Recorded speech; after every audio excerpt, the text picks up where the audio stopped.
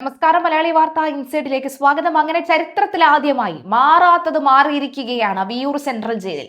Thiruvananthapuram corporation ഭരണം 5 വർഷം സുഗമമായി മുന്നോട്ട് പോകുമെന്ന് മേയർ പറഞ്ഞ ആ കോൺഫിഡൻസ് ഇല്ലേ, ആ കോൺഫിഡൻസ് വളരെ വ്യക്തമായിക്കൊണ്ട് അല്പസമയം മുൻപാണ് വിയ്യൂർ സെൻട്രൽ ജയിലിനകത്ത് ഹൈക്കോടതിയുടെ നിർദ്ദേശപ്രകാരം വിയ്യൂർ സെൻട്രൽ ജയിലിനകത്തെ ലൈബ്രറിക്കകത്ത് തിരുവനന്തപുരം കോർപ്പറേഷന്റെ ഒരു കൗൺസിലർ ആയിട്ടുള്ള നമ്മുടെ സുഗതൻ, അദ്ദേഹം കാപ്പ കേസ് പ്രതിയായിട്ടുള്ള സുഗതൻ ഇപ്പോൾ സത്യപ്രതിജ്ഞ ചെയ്തിരിക്കുകയാണ്. നമുക്കറിയാം, ആദ്യഘട്ടത്തിൽ 20 കൗൺസിലർമാർ സത്യപ്രതിജ്ഞ ചെയ്തത് റദ്ദാക്കിയിരുന്നു. കഴിഞ്ഞ 24-ാം തീയതി ഈ 19 കൗൺസിലർമാരും സത്യപ്രതിജ്ഞ ചെയ്ത സാഹചര്യത്തിലാണ് ഒരു കൗൺസിലർ കൂടിയായ സുഗതൻ അന്ന് ജയിലിനകത്തായതുകൊണ്ട് തന്നെ സത്യപ്രതിജ്ഞ ചെയ്യാൻ കഴിഞ്ഞിരുന്നില്ല. കോടതി നിർദ്ദേശിച്ച ദിവസങ്ങൾക്കുള്ളിൽ തന്നെ സത്യപ്രതിജ്ഞ ചെയ്തില്ലെന്നുണ്ടെങ്കിൽ അസാധുവാകാനുള്ള സാധ്യത ഉള്ളതുകൊണ്ട് തന്നെയാണ് സത്യപ്രതിജ്ഞ ചെയ്യാനായിട്ടുള്ള നീക്കങ്ങൾ നടത്തിയത്. അന്ന് നെടുമങ്ങാട് ജുഡീഷ്യൽ മജിസ്ട്രേറ്റ് കോടതി അന്ന് ഈ ഒരു കേസിൽ സുഗതന് അനുമതി നൽകിയിരുന്നു. ഒരു ദിവസത്തെ അനുമതിയാണ് നൽകിയിരുന്നത്. ആ അനുമതി അത് ലഭിച്ചതിന് പിന്നാലെ തന്നെ ഹൈക്കോടതിയുടെ വിലക്ക് കൂടി ഉണ്ടായിരുന്നു. അതിനുശേഷമാണ് ജയിലിനകത്ത് സത്യപ്രതിജ്ഞ ചെയ്യാൻ കഴിയുമോ എന്ന് ഹൈക്കോടതി ഒരു ചോദ്യം ചോദിച്ചത്.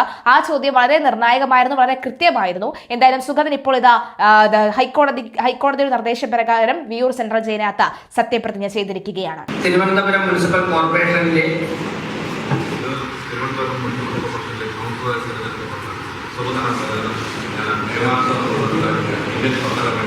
യഥാർത്ഥമായ വിശ്വാസവും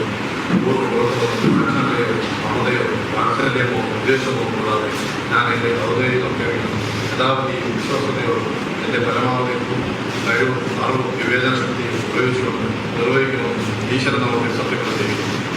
വി രാജേഷാണ് സത്യവാചകം ചൊല്ലിക്കൊടുത്തത്. വി രാജേഷ്, ഡെപ്യൂട്ടി മേയർ, അതുപോലെ തന്നെ കോർപ്പറേഷൻ മറ്റ് പ്രധാനപ്പെട്ട ഓഫീസർമാർ എല്ലാവരും തന്നെ വിയ്യൂർ സെൻട്രൽ ജയിലിൽ എത്തിയിരുന്നു.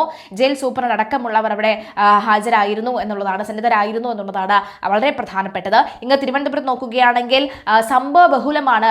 ശബരിനാഥ് അടക്കമുള്ളവർ പറയുന്നു അത് വളരെ നാണക്കേടുള്ള സംഭവമായി മാറിയിരിക്കുകയാണ്. കോടതിയുടെ ഭാഗത്തു നിന്നും ഒരിക്കലും ഇത്തരം ഒരു നീക്കം പ്രതീക്ഷിച്ചിരുന്നില്ല, വളരെ നാണക്കേടായുള്ള സംഭവമായി മാറിയിരിക്കുന്നു എന്ന് ശബരിനാഥ് പറയുമ്പോൾ ഇവിടെ CPM-ന്റെ ആളുകൾ പറയുന്നത് കാപ്പ കോർപ്പറേഷനാക്കി തിരുവനന്തപുരം കോർപ്പറേഷനെ മാറ്റിയിരിക്കുകയാണ് എന്നുള്ളതാണ്. മാറാത്തത് മാറും എന്നുള്ള രീതിയിലുള്ള കാര്യങ്ങളൊക്കെ പറഞ്ഞുകൊണ്ടിരിക്കുകയാണ്. നിലവിലെ സാഹചര്യത്തിൽ തിരുവനന്തപുരം കോർപ്പറേഷനിൽ വലിയ സംഭവപരമായിട്ടുള്ള പ്രതിഷേധങ്ങൾക്ക് വഴിവെക്കുന്ന ഒരു സാഹചര്യം ഉണ്ടായിരുന്നു. പക്ഷേ ഇപ്പോൾ അത് പ്രതിഷേധത്തിന് വഴിവെച്ച് കഴിഞ്ഞാൽ അത് കോടതി ലക്ഷ്യമായി മാറാനുള്ള സാധ്യത ഉള്ളതുകൊണ്ട് തന്നെ വലിയ രീതിയിലുള്ള പ്രതിഷേധങ്ങൾക്കൊന്ന് നീങ്ങാൻ തൽക്കാലം ശബരിനാഥ് അടക്കമുള്ളവ തയ്യാറാകുന്നില്ല എന്നാണ് വ്യക്തമാകുന്നത്. ശബരിനാഥിന്റെ പ്ലാൻ അല്ലെങ്കിൽ കോൺഗ്രസിന്റെ പ്ലാൻ അടിമുടി തേച്ചു മാച്ച് കളഞ്ഞത് CPM തന്നെയാണ്. ഒരു അവിശ്വാസ പ്രമേയം ഒക്കെ തന്നെ കൊണ്ടുവരാൻ നിന്നിരുന്നുവെങ്കിലും CPM സമ്മതിക്കാത്തത് കൊണ്ട് തന്നെ അത് നിലനിർത്തി പോകാൻ അവർക്ക് കഴിഞ്ഞില്ല എന്നുള്ളതുണ്ട്. പക്ഷേ ഇപ്പോൾ ഒരു വലിയ പ്രധാന കടമ്പ BJP ചാടിക്കടന്നു എന്ന് വേണം പറയാം. എന്തായാലും ഭരണസമിതി അധികാരത്തിലേറിയത് മുതൽ പ്രതിപക്ഷം വിമർശിക്കുകയാണ്. തോറ്റ് മാനസികമായി അംഗീകരിച്ചാൽ മതിയെന്നും വി രാജേഷ് പരിഹസിച്ചിരുന്നു. സത്യപ്രതിജ്ഞയ്ക്കുള്ള തയ്യാറെടുപ്പുകൾ കഴിഞ്ഞുവെന്നും കോർപ്പറേഷൻ സെക്രട്ടറി, ലീഗൽ വകുപ്പ് ഉദ്യോഗസ്ഥൻ എന്നിവർ ചടങ്ങിൽ ഉണ്ടാകുമെന്നും അദ്ദേഹം കൂട്ടിച്ചേർത്തു. സുഗതൻ സത്യപ്രതിജ്ഞ നടത്തി. കാപ്പ കേസിൽ തടവിലുള്ള തിരുവനന്തപുരം കോർപ്പറേഷൻ BJP കൗൺസിലർ സുഗതന്റെ സത്യപ്രതിജ്ഞയാണ് വിയ്യൂർ ജയിലിൽ വെച്ച് നടന്നത്. ചടങ്ങ് രാവിലെ 11 മണിയോടുകൂടി തന്നെ സൂപ്രണ്ടിന്റെ മുറിയിൽ വെച്ചാണ് സത്യപ്രതിജ്ഞ നടന്നത്. സംസ്ഥാനത്ത് ഇതാദ്യമായിട്ടാണ് ജയിലിൽ വെച്ച് സത്യപ്രതിജ്ഞ നടക്കുന്നത്. ജനാധിപത്യത്തെ സംരക്ഷിക്കുകയാണ് എന്ന് കോടതിയുടെ കടമയെന്ന് കോടതി വ്യക്തമാക്കിയിരുന്നു. ജനാധിപത്യത്തിൽ ജനകീയ കൽപ്പന മാനിക്കപ്പെടണമെന്നുമാണ് ഹൈക്കോടതി പറഞ്ഞത്. അസാധാരണ സാഹചര്യത്തിൽ അസാധാരണ തീരുമാനം കോടതി എടുക്കാം. ജനവിധി മാനിക്കാനാണ് അത്തരം അസാധാരണ തീരുമാനമെന്നും ഉത്തരവിൽ പറയുന്നു. കേരളത്തിൽ അപൂർവ സംഭവത്തിനാണ് സാക്ഷ്യം വഹിച്ചത്.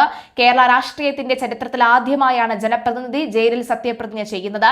പരിമിതമായി അക്രഡിറ്റേഷൻ ഉള്ള മാധ്യമപ്രവർത്തകരെയും ആണ് കയറ്റിയത്. ചട്ടവിരുദ്ധമായി പല ദൈവങ്ങളുടെ പേരിൽ പ്രതിജ്ഞ ചെയ്തതിന് ഹൈക്കോടതി സത്യപ്രതിജ്ഞ അസാധുവാക്കിയവരിൽ ഒരാളാണ് വാർഡ് 20-ലെ കൗൺസിലറായ സുഗതൻ. എന്തായാലും പ്രതികരണങ്ങൾ കേൾക്കാം. ബഹുമാനപ്പെട്ട കോടതി പറഞ്ഞ എന്താണ്? സുഗതന് സത്യപ്രതിജ്ഞ ചെയ്യാം, അതിൽ തെറ്റില്ല. കാരണം ജനാധിപത്യത്തിൽ ജനങ്ങൾ വിജയിപ്പിച്ച ആൾക്ക് സത്യപ്രതിജ്ഞ ചെയ്യണമെന്നുള്ളത് നിയമത്തിൻ്റെ ഭാഗമാണ്. അത് സുഗതൻ ഇപ്പോൾ സത്യപ്രതിജ്ഞ ചെയ്യുന്നത് അദ്ദേഹത്തിൻ്റെ മെറിറ്റ് കൊണ്ടല്ല, ജനങ്ങൾ അദ്ദേഹത്തിന് വോട്ട് ചെയ്തത് കൊണ്ട് അത് വളരെ സീരിയസ് ആയിട്ട് കോടതി കാണുന്നുണ്ട്. ഇനി കാണേണ്ട രണ്ടാമത്തെ കാര്യമാണ് എന്തുകൊണ്ട് വെള്ളിയാഴ്ച എല്ലാവരും പറഞ്ഞു സുഗതൻ തിരുവനന്തപുരത്ത് വന്ന് സത്യപ്രതിജ്ഞ ചെയ്യുമെന്ന്.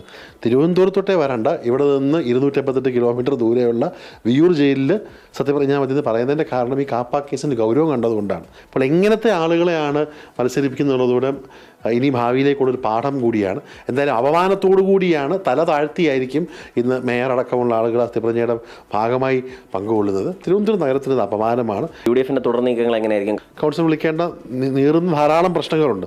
സത്യം പറഞ്ഞാൽ ഈ ആഴ്ച തന്നെ കൗൺസിൽ വിളിക്കേണ്ടതാണ്. പക്ഷേ ഇവർ വിളിക്കാതെ വീണ്ടും വീണ്ടും സമയം നീട്ടുന്നതാണ് എൻ്റെ ഒരു വിശ്വാസം. പക്ഷേ അതേ സമയത്ത് 3 കൗൺസിൽ പങ്കെടുത്തില്ലെങ്കിൽ കൃത്യമായിട്ട് കേരള മുനിസിപ്പാലിറ്റി ആക്ടിൻ്റെ ചട്ടങ്ങൾ പറയുന്നുണ്ട് 3 കൗൺസിൽ പങ്കെടുത്തില്ലെങ്കിൽ അയോഗ്യത കൽപ്പിക്കണം എന്നുള്ളത്. അതൊക്കെ അപ്പോഴത്തെ കാര്യമാണ്. എന്തായാലും ഈ ഒരു പോരാട്ടത്തിൽ UDF നിൽക്കുകയാണ്. പൊളിറ്റിക്കൽ ഫൈറ്റാണ്. ആ ഫൈറ്റിൽ ശക്തമായിട്ട് UDF മുന്നിലുണ്ട്. ഒരു അഡ്ജസ്റ്റ്മെൻറ്റിനുമില്ല. ഇല്ല, ജനങ്ങൾക്ക് ഈ കോർപ്പറേഷനിൽ ഒരു വിശ്വാസമില്ല. ഇനി എന്തായാലും അടുത്ത കൗൺസിൽ കൂടുമ്പോൾ സുഗതൻ്റെ വിഷയം, സുഗതന് വരാൻ പറ്റില്ല എന്നുള്ളതാണ് ഞാൻ മനസ്സിലാക്കുന്നത്. അതിനുശേഷം നിയമപരമായിട്ട് വലിയൊരു ബാറ്റിലേക്ക് പോകേണ്ടി വരുമെന്നാണ് എനിക്ക് തോന്നുന്നത്. ഇല്ല, എനിക്ക് മനസ്സിലാത്തത് കഴിഞ്ഞ വെള്ളിയാഴ്ച ഹൈക്കോടതിയിലെ വിധി വന്നപ്പം കുറേ BJP ആളുകൾ എന്നോട് നല്ല ഭാഷയിലും മോശപ്പെട്ട ഭാഷയിലും കൊക്കിന് ജീവനുണ്ടോ എന്ന് ചോദിച്ചു. ഇന്നിപ്പം കോടതി വിധി പറഞ്ഞേക്കുന്നത് എന്താ, വിയ്യൂരിരുന്ന് സത്യപ്രതിജ്ഞ ചെയ്യാനാണ്. എന്നിട്ട് ഇവർക്ക് മനസ്സിലായില്ല, ഇവരിപ്പോഴും ഞാൻ ട്രോളിക്കൊണ്ടിരിക്കുക. തിരുവനന്തപുരത്ത് കാലത്താൻ കഴിഞ്ഞിട്ടില്ലല്ലോ. സ്വന്തം നാട്ടിൽ വരാതെ, സ്വന്തം കൗൺസിലിൽ വരാതെ 258 കിലോമീറ്റർ അപ്പുറത്ത് സത്യപ്രതിജ്ഞ ചെയ്യുമ്പോഴും ഇത് മനസ്സിലാക്കാതെ ഇവർ ട്രോളിക്കൊണ്ടിരിക്കുക തന്നെ.